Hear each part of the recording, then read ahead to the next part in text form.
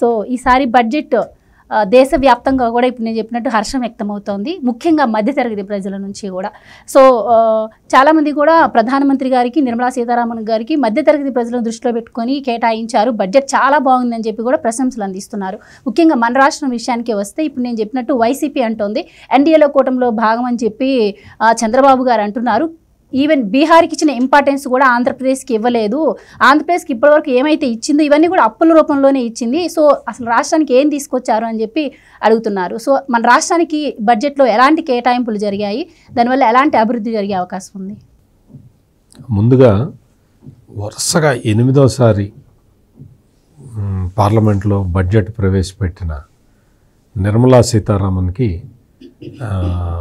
మనందరం కూడా అభినందనలు చెప్పాల్సిన అవసరం ఉంది. ఎందుకంటే అసలు ఇన్ని సంవత్సరాలు ఆర్థిక మంత్రిగా కంటిన్యూ అవుతూ దేశాన్ని ప్రగతి పదం వైపు నడిపిస్తూ బడ్జెట్ ప్రవేశపెడుతూ ఉండటం అంటే అది నిజంగా ఒక పెద్ద రికార్డు. అటువంటిది ఒక మహిళ, మన రాష్ట్రానికి సంబంధించిన మహిళ ఆ ఘనతను సాధించటం మనందరికి కూడా గర్వకారణం. ఇక్కడ కేంద్ర బడ్జెట్లో చాలా వేరియస్ సెక్టార్స్ మీద వాళ్ళు ఫోకస్ పెట్టారు. ఈ వేరియస్ సెక్టార్స్లో ఫోకస్ పెట్టడం అనేది ఏదైతే ప్రోగ్రెసివ్ స్టేట్ ఉంటుందో, అంటే అభివృద్ధి చెందాలి అన్న ఆకాంక్షతోటి ఉండే రాష్ట్రాలకి ఈ బడ్జెట్ అడ్వాంటేజ్. అభివృద్ధి చెందాలని ఎవరికి ఉండదండి అని మీరు అడగచ్చు. చాలామందికి అందరికీ అభివృద్ధి చెందాలని ఉంటుంది, కానీ వాళ్ళకి సరైన ప్లాన్ ఉండదు, సరైన ప్రణాళిక రూపొందించుకోలేరు, సరైన దిశగా ఖర్చు పెట్టలేరు. అట్లా కాకుండా ఇప్పుడు ప్రస్తుతం ఏంటంటే ఆంధ్రప్రదేశ్ విషయానికి వస్తే ఈ కేంద్ర బడ్జెట్ మొత్తం కూడా ఇప్పటి వరకు ఆంధ్రప్రదేశ్లో ఏవైతే విధాన పత్రాలు విడుదల చేశారో, వేటి ఏ రంగాల మీద అయితే ఫోకస్ పెట్టారో ఆ రంగాల మీద కేంద్ర బడ్జెట్ కూడా ఫోకస్ పెట్టున్నది. అంటే కేంద్ర బడ్జెట్లో స్పెసిఫై చేసిన విధానాలన్నీ కూడా ఆంధ్రప్రదేశ్ రాష్ట్రం అందిపుచ్చుకోవటానికి ఇప్పటికే సిద్ధంగా ఉన్నది అని దీని అర్థం. ఈ అడ్వాంటేజ్ ఆంధ్రప్రదేశ్కి చాలా ఉపయోగపడుతుంది. ఇది ఇక్కడ మెయిన్గా ఏంటంటే కేంద్ర బడ్జెట్లో అగ్రికల్చర్ మీద ఫోకస్ పెట్టారు. అగ్రికల్చర్ మీద ఫోకస్ పెడితే చాలా రాష్ట్రాల్లో పరిస్థితి ఎట్లా ఉందో అంటే మనం ఇప్పుడు వాటి గురించి మాట్లాడుకోవటం అనవసరం, కానీ ఆంధ్రప్రదేశ్లో మాత్రం అన్ని జలాశయాల్లో 60% నీళ్లు అట్లాగే ఉన్నాయి, ఇంకా ఉన్నాయి. మనం నెక్స్ట్ సీజన్కి వచ్చేసరికి మొత్తం జూన్ జూలైలోనే, అంటే ఎండాకాలం అయిపోగానే జూన్ కల్లా కాలువలు వదిలే పరిస్థితి ఉంటుంది. అంటే అగ్రికల్చర్కి సంబంధించి ఆంధ్రప్రదేశ్ రెడీగా ఉన్నది అనేది ఇక్కడ మనం అర్థం చేసుకోవాల్సిన విషయం. కేంద్ర ప్రభుత్వం కూడా అసలు అగ్రికల్చర్ సెక్టార్ని ఫస్ట్ ఇంజన్ ఆఫ్ డెవలప్మెంట్గా పెట్టుకున్నది. ఇందులో చాలా స్కీమ్స్ని, కొత్త స్కీమ్స్ని ప్రవేశపెట్టింది. ఇంకోటి బిల్డింగ్ రూరల్ ప్రాస్పరిటీ అనేది ఇంకొక పెద్ద ఇది. ఈ రూరల్ ఎకానమీని వైబ్రెంట్గా చేయటానికి చాలా స్కీమ్స్ పెట్టారు. ఇవన్నీ కూడా ఏంటి అంటే హార్టికల్చర్ సెక్టార్ మీద, దీని మీద కూడా ఫోకస్ ఉన్నది. మనం ఆల్రెడీ చూసాం ఆంధ్రప్రదేశ్లో చంద్రబాబు నాయుడు హార్టికల్చర్ సెక్టార్ మీద ఆల్రెడీ ఫోకస్ పెట్టాడు. ఆయన అధికారంలోకి వచ్చిన రోజు నుంచి ఈ 7 నెలల కాలంలోనే మొత్తం డ్రిప్ ఇరిగేషను, స్ప్రింక్లర్ ఇరిగేషను, వీటి మీద ఆల్రెడీ ఆ ఎక్విప్మెంట్ అంతా పంపించాడు, ఫీల్డ్ మీదకి రెడీగా ఉన్నది. అంటే అగ్రికల్చర్ సెక్టార్లో, ఈ హార్టికల్చర్లో మనం ముందరికి వెళ్ళిపోతూ ఉన్నాం. ఆంధ్రప్రదేశ్ రాష్ట్రం ముందరికి వెళ్ళిపోతూ ఉంది. అదేవిధంగా ఈ మొత్తం అంటే స్వదేశీయంగానే మనం యూరియా ప్రొడక్షన్ కూడా ఇంక్రీజ్ చేసుకోవాలన్న ఉద్దేశంతో అస్సాంలో ఒక కొత్త యూరియా ప్లాంట్ సెటప్ చేస్తూ ఉన్నారు. ఆ తర్వాత సెకండ్ ఇంజన్ ఆఫ్ డెవలప్మెంట్గా ఎంఎస్ఎంఈలని తీసుకున్నారు. అంటే ఈ మీడియం స్మాల్ స్కేల్ ఇండస్ట్రీస్ని మొత్తం కరోనా ఎప్పుడైతే వచ్చిందో కరోనా వచ్చినప్పటి నుంచి కూడా ఈ మీడియం అండ్ స్మాల్ స్కేల్ ఎంటర్ప్రైజెస్ని వాటిని ప్రోత్సహించడానికి రకరకాల ప్రయత్నాలు చేస్తున్నది మోడీ ప్రభుత్వం, కేంద్రంలో ఉన్న మోడీ ప్రభుత్వం. రాష్ట్రాలకు కూడా విపరీతంగా ఫైనాన్స్ చేస్తూ ఉన్నారు. ఈ స్మాల్ అండ్ మీడియం ఎంటర్ప్రైజెస్ని పెంచండి, వాళ్ళని ఆదుకోండి అని. అట్లా ఆదుకోండి అని చెప్పి డబ్బులు ఇస్తే అప్పుడు మనం చూసాం జగన్మోహన్ రెడ్డి కేంద్రం ఇచ్చిన డబ్బుల్ని జగనన్న తోడు, జగనన్న నీడ, జగనన్న చేదోడు అని చెప్పి రకరకాల పేర్లు పెట్టుకొని ఆ జగనన్న ఇచ్చినట్టు వేసుకున్నాడు. ఇక్కడ మెయిన్గా ఏంటి అంటే వీళ్ళకి ఈ క్రెడిట్ ఫండ్స్ని ఎక్కువ చేయటం, ఎంఎస్ఎంఈలకి ఫస్ట్ టైం ఇందులోకి వచ్చే వాళ్ళకు కూడా ఈ స్కీమ్ని ఇంప్లిమెంట్ చేయటం, ఇటువంటివన్నీ కూడా చాలా విపరీతమైన ఫోకస్ పెట్టున్నారు ఇప్పుడు యూనియన్ బడ్జెట్లో. దీన్ని కూడా ఆంధ్రప్రదేశ్ ప్రభుత్వం అందిపుచ్చుకోవడానికి బాగా అవకాశం అయితే ఉంది. ఈ లెదర్ సెక్టార్ మీద ఎక్కువ ఇది పెట్టారు. ఆ లెదర్ సెక్టారు, ఈ ఫుడ్ ప్రాసెసింగ్, నిన్న మనం చూసాం చంద్రబాబు నాయుడు ఫుడ్ ప్రాసెసింగ్ మీద ఒక స్పెషల్ డ్రైవ్ తీసుకుంటున్నానని చెప్పి ఆయన ఒక 1 వీక్ బ్యాక్ చెప్పాడు. అంతకు ముందర కూడా ఈ ఫుడ్ ప్రాసెసింగ్ యూనిట్స్ మీద ఒక విధాన పత్రం కూడా రిలీజ్ చేశాడు చంద్రబాబు నాయుడు. అంటే ఈ ఫుడ్ ప్రాసెసింగ్ మీద కేంద్ర ప్రభుత్వం కూడా ఫోకస్ పెడుతున్నది కాబట్టి మనం ఎక్కువ ఫండ్స్ని అందులో నుంచి ఎక్స్పెక్ట్ చేసుకోవడానికి వీలుంటుంది. ఇదే కాకుండా మీకు థర్డ్ ఇంజిన్ ఆఫ్ డెవలప్మెంట్ ఏంటంటే ఇన్వెస్ట్మెంట్. ఈ అంటే కేంద్ర ప్రభుత్వం ఇన్వెస్ట్మెంట్ కొంత పెడుతూ ఉన్నది. చాలా స్కీమ్స్ పెట్టారనమాట ఇందులో. National centres of excellence for skilling అంటే స్కిల్ డెవలప్మెంట్ కోసం, ఐఐటీల కెపాసిటీ పెంచటం, ఇటువంటివన్నీ కూడా ఎక్స్పాన్షన్ ఆఫ్ మెడికల్ ఎడ్యుకేషన్, ఇటువంటివి చాలా ఉన్నాయి ఇందులో. ఈ స్కీమ్లన్నీ కూడా ఏంటి అంటే ఇప్పుడు మిగిలిన రాష్ట్రాల సంగతి మనకెందుకు కానీ ఆంధ్రప్రదేశ్కి సంబంధించి మాత్రం వేరియస్ సెక్టార్స్లో మనకి ఇండస్ట్రీస్ వస్తూ ఉన్నాయి. వాటన్నిటికీ కూడా ఈ నైపుణ్యత కలిగిన అంటే స్కిల్డ్ వర్కర్స్ కావాల్సి ఉంటారు. అన్ని రంగాల్లో స్కిల్డ్ వర్కర్స్ కావాల్సి ఉంటారు. అందుకని ఈ స్కీమ్స్ అన్నీ కూడా మనం ఎటు ఆంధ్రప్రదేశ్లో ఈ స్కిల్ సెన్సెస్ అన్నీ చేసుకొని రెడీగా ఉన్నాం కాబట్టి స్కిల్ డెవలప్మెంట్ స్కీమ్ని మనం ఆల్రెడీ ఇంప్లిమెంట్ చేస్తున్నాం కాబట్టి ఈ కేంద్రం ఇస్తున్న ఈ స్కీములన్నీ కూడా మనం ఉపయోగించుకోవడానికి వీలవుతుంది. ఇక్కడ ఇప్పటికే మనకి 6,47,000 కోట్ల రూపాయల పెట్టుబడులు ఆంధ్రప్రదేశ్కి వచ్చేసినాయి.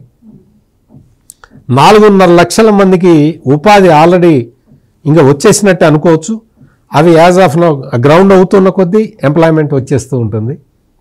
సో వాళ్ళందరికీ కూడా ఈ స్కిల్ డెవలప్మెంట్ పెట్టుకోగలిగితే, మనం ఈ స్కీమ్స్ని ఉపయోగించుకోగలిగితే మనకి విపరీతంగా అంటే మన ఆంధ్రప్రదేశ్లో ఉన్న యూతే కాకుండా పక్క రాష్ట్రాల నుంచి కూడా ఆంధ్రప్రదేశ్కి వచ్చేంత కెపాసిటీ ఉన్న ఎంప్లాయ్మెంట్ జనరేషన్ మిషన్స్ ఇవన్నీ కూడా ఆంధ్రప్రదేశ్లో వచ్చిన పెట్టుబడులన్నీ కూడా. అందుకని ఇది చాలా అద్భుతమైన ఇది. ప్లస్ మనకి ఇంకొకటి ఇదేంటంటే కొత్తగా ఉడాన్ స్కీమ్ అని ఒకటి తీసుకొచ్చారు. అంటే కొత్త హెలిప్యాడ్లు డెవలప్ చేయటం, ఎయిర్పోర్ట్లు డెవలప్ చేయటం, వీటికి సంబంధించిన ఇదనమాట. సివిల్ ఏవియేషన్ మినిస్టరు ఆంధ్రప్రదేశ్కి చెందిన వ్యక్తే ఉన్నాడు కాబట్టి ఇప్పటికే ఈ స్కీమ్కి సంబంధించి కొత్త ఎయిర్పోర్ట్లు అవన్నీ కూడా మొత్తం డిక్లేర్ చేసుకొని ఆంధ్రప్రదేశ్ రెడీగా ఉంది కాబట్టి ఇవన్నీ కూడా విపరీతమైన అంటే మీకు ఆంధ్రప్రదేశ్కి ఇంకా కేంద్రం నుంచి ఇంకా ఫండ్స్ ఫ్లో అంటే ఇంకా లెక్క పెట్టడానికి కూడా వీల్లేనంత ఫండ్స్ ఫ్లో రావటానికి వీలుంటుంది. అందుకనే చంద్రబాబు నాయుడు కేంద్రం బడ్జెట్ ప్రవేశపెట్టంగానే వెంటనే ఫస్ట్ రియాక్షన్ ఇచ్చేశాడు. చాలా బాగుంది ఈ బడ్జెట్, చాలా అసలు దేశం వికసిత భారత్ కావటానికి ఇది ఫస్ట్ స్టెప్ లాగా ఉపయోగపడుతుంది అని చెప్పి ఆయన హర్షం వ్యక్తం చేశాడు. అంటేనే మనందరం అర్థం చేసుకోవాల్సింది ఏంటంటే ఈ బడ్జెట్లో ఏమైతే చెప్పారో ఇప్పుడు నిర్మలా సీతారామన్ ఏవైతే చెప్పిందో దీని మీద ఈ స్కీమ్స్ అన్నిటి మీద ఒక 6 నెలల నుంచి చంద్రబాబు నాయుడు ప్రభుత్వం వర్కౌట్ చేస్తూ ఉన్న స్కీమ్స్ ఇవి. అందుకని మనం ఆ స్కీమ్స్ని అందిపుచ్చుకోవటం ఈజీ అవుతుంది, ఈజీగా మనం తీసుకోవచ్చు. ఇంకా మిగిలినవి ఇంకా ఇక ఈ ట్యాక్స్ స్ట్రక్చరు ఇవన్నీ పర్సనల్ ట్యాక్స్ స్ట్రక్చరు నెలకి ₹1,00,000 సంపాదించే వాళ్ళు ట్యాక్స్ నుంచి బయటకు వచ్చేసినట్టే. అటువంటి వెసులుబాటు కలిగింది. మధ్యతరగతి మామూలుగా ఏంటంటే ప్రతి ప్రభుత్వం కూడా సిన్సియర్గా ట్యాక్స్ కట్టేది మిడిల్ క్లాస్ పీపుల్. పైవాడు ఎగ్గొడతాడు, కిందవాడు కట్టలేడు. ఎక్కడైనా సరే గవర్నమెంట్కి దొరికేది మిడిల్ క్లాసే. అందుకని ప్రతి గవర్నమెంట్ కూడా మిడిల్ క్లాస్ని ఎంత వీలైతే అంత పిండుదామని చూస్తుంటారు. కానీ నిర్మలా సీతారామన్ నెలకి ₹1,00,000 సంపాదన వరకు ఎగ్జంప్షన్ ఇచ్చేయటం అనేది మిడిల్ క్లాస్కి చాలా బెనిఫిట్. ఆ తర్వాత కూడా 80,000 వరకు అంటే నెలకి 75 అనుకోండి, నెలకి 16 లక్షలు సంపాదించే వాళ్ళకు కూడా, అంటే సంవత్సరానికి 16 లక్షలు సంపాదించే వాళ్ళకు కూడా ₹80,000 బెనిఫిట్ వస్తుంది గత స్ట్రక్చర్తో, ట్యాక్స్ స్ట్రక్చర్తో పోలిస్తే. ఇవి చాలా ఇంపార్టెంట్ విషయాలు. వీటన్నిటితో పాటు జల్ జీవన్ మిషన్, మనం తెలుగుదేశం కూటమి ఎలక్షన్ ప్రామిస్ ఇంటింటికి నీళ్లు ఇస్తామని, ఆ జల్ జీవన్ మిషన్కి టాప్ ప్రయారిటీ సెక్టార్లో కేంద్ర బడ్జెట్లో చెప్పారు. ఇవన్నీ కూడా అంటే మొత్తం ఒక్కటని కాదు, ఇవన్నీ కూడా చంద్రబాబు నాయుడు ఏదైతే విజన్ చెప్పాడో ఆ విజన్కి దగ్గరగా అనుకూలంగా, ఆ విజన్లో ఏవైతే లక్ష్యాలు పెట్టుకున్నామో ఆ లక్ష్యాలని సాధించటానికి ఉపకరించే విధంగా కేంద్ర బడ్జెట్ ఉన్నది. వీటితో పాటు మీకు అమరావతికి ఫండ్స్ ఫ్లో అసలు మామూలుగా ఉండదు. దాదాపుగా ఈ సంవత్సరం, ఈ ఆర్థిక సంవత్సరంలోనే ₹40,000 కోట్ల ఫండింగ్ రావచ్చు. పోలవరం విషయానికి వస్తే పోలవరానికి 30,000 కోట్ల పైన ఈ ఆర్థిక సంవత్సరంలో మనం ఖర్చు పెట్టుకోవచ్చు. అంటే కేంద్ర ప్రభుత్వం టాప్ ప్రయారిటీగా తీసుకుంది ఈ అమరావతిని కానీ పోలవరాన్ని కానీ. అమరావతికి మనకి తెలుసు, అమరావతికి ఇచ్చేవన్నీ కూడా ఎక్స్టర్నల్ బారోయింగ్స్, బ్యాంక్ ఫైనాన్సెస్ అవన్నీ కూడా కేంద్ర ప్రభుత్వం తీసుకొని మనకి ఇచ్చేవి, అవన్నీ మనం కట్టేవి కాదు. అన్నీ అమరావతికి సంబంధించిన ఫండ్స్ అన్నీ అంతే, కేంద్రం సేకరించి ఎక్కడి నుంచి ఫైనాన్షియల్ ఇన్స్టిట్యూషన్స్ నుంచి కేంద్రం సేకరించి మనకి ఇస్తుంది, మనం కట్టేదే ఉండదు. అందువల్ల వైసీపీ వాళ్ళు ఏదో ఒక పెద్ద ప్రచారం చేస్తున్నట్టు ఈ ఫండ్స్ అన్నీ తీసుకొచ్చి అమరావతిలో పెడుతున్నారు చంద్రబాబు అని ప్రచారం చేస్తారు. అసలు మనకు సంబంధం లేదు అది. అవన్నీ ఎక్స్టర్నల్ బారోయింగ్స్ కేంద్ర ప్రభుత్వం నుంచి నేరుగా వస్తాయి. ఇంకొకటి ఏంటంటే పోలవరం హైట్ తగ్గించాడని ఇంకో ప్రచారం మొదలు పెడుతున్నారు. ఈ అంత బోగస్ ప్రచారం, ఈ మొత్తం ఈ జగన్మోహన్ రెడ్డి బ్యాచ్ అంతా కూడా ఈ ఫేక్ ప్రచారం మీద ఆధారపడి బతుకుతూ ఉంటారు. ఇప్పుడు 30,000 కోట్లు ఇవ్వబోతున్నది కేంద్రం పోలవరం ప్రాజెక్టుకి. ఇప్పటికే మనం చూసాం 12,000 కోట్లు వచ్చేసినాయి. డయాఫ్రమ్ వాళ్ళు అయిపోయింది, మొత్తం దాదాపుగా స్టార్ట్ చేశారు, ఈ సీజన్లోనే అయిపోతుంది. మొత్తం మిగిలిన వర్క్స్ అన్నీ కూడా స్టార్ట్ అయిపోయినాయి, టెండర్లు పిలిచారు. అదే కాంట్రాక్టర్ ఎవడైతే జగన్మోహన్ రెడ్డి పెట్టాడో ఆ కాంట్రాక్టర్ చేస్తున్నాడు. ఎక్కడా డిస్టర్బెన్స్ లేకుండా పోలవరం ప్రాజెక్టు విపరీతమైన స్పీడ్ తోటి ముందరకెళ్ళే పరిస్థితి ఉంది. ఇప్పుడు ఈ లేటెస్ట్ బడ్జెట్లో కూడా దాదాపు 30,000 కోట్ల రూపాయలు మనం పోలవరానికి కేంద్రం మనకి సాయం చేయడానికి సిద్ధంగా ఉంది. అంటే ఇంత ఫాస్ట్గా, ఇంత ఫుల్ స్పీడ్ తోటి. అంటే నేను మీకు ముందర కూడా చెప్పాను, నేను వికసిత భారత్లో ఆ ప్రోగ్రామ్స్ అన్నిటికీ కూడా ఆంధ్రప్రదేశ్ అందులో నెంబర్ 1లో ఉండబోతున్నది. అందుకనే నరేంద్ర మోడీ కూడా ఎక్కువ కాన్సన్ట్రేషన్ ఆంధ్రప్రదేశ్ మీద చేస్తున్నాడని నేను ముందు నుంచి చెప్తూ ఉన్నా. అది యూనియన్ బడ్జెట్లో ప్రూవ్ అయింది. మనకి చంద్రబాబు నాయుడు విజన్కి మోడీ ఇస్తున్న సహకారం, వికసిత్ భారత్లో ఆంధ్రప్రదేశ్ కాంట్రిబ్యూషన్ అనేది చాలా వాల్యుబుల్ కాంట్రిబ్యూషన్గా కేంద్రం గుర్తించబట్టే ఇవన్నీ జరుగుతున్నాయి అనేది నా ఖచ్చితమైన అభిప్రాయం. దానికి తగ్గట్టే బడ్జెట్ కేటాయింపులు ఉన్నాయి. ఇప్పుడు నెక్స్ట్ చేయాల్సిందల్లా ఏంటి అంటే మనం ఖర్చు పెట్టడం, సమర్థవంతంగా ఖర్చు పెట్టడం, ఎక్కడా అవినీతి లేకుండా, ఎక్కడా రాజీ పడకుండా, నాణ్యతతో రాజీ పడకుండా మనం ఎన్ని నిధులు ఖర్చు పెడితే అన్ని నిధులు కేంద్రం నుంచి రావటానికి చాలా సౌకర్యాలు ఈ కేంద్ర బడ్జెట్లో కూడా మనకు వచ్చున్నాయి. కాబట్టి ఓవరాల్గా it is a welcoming budget for Andhra Pradesh and we have to congratulate, we have to thank Nirmala Sitharaman. Please subscribe to Leo News for more videos.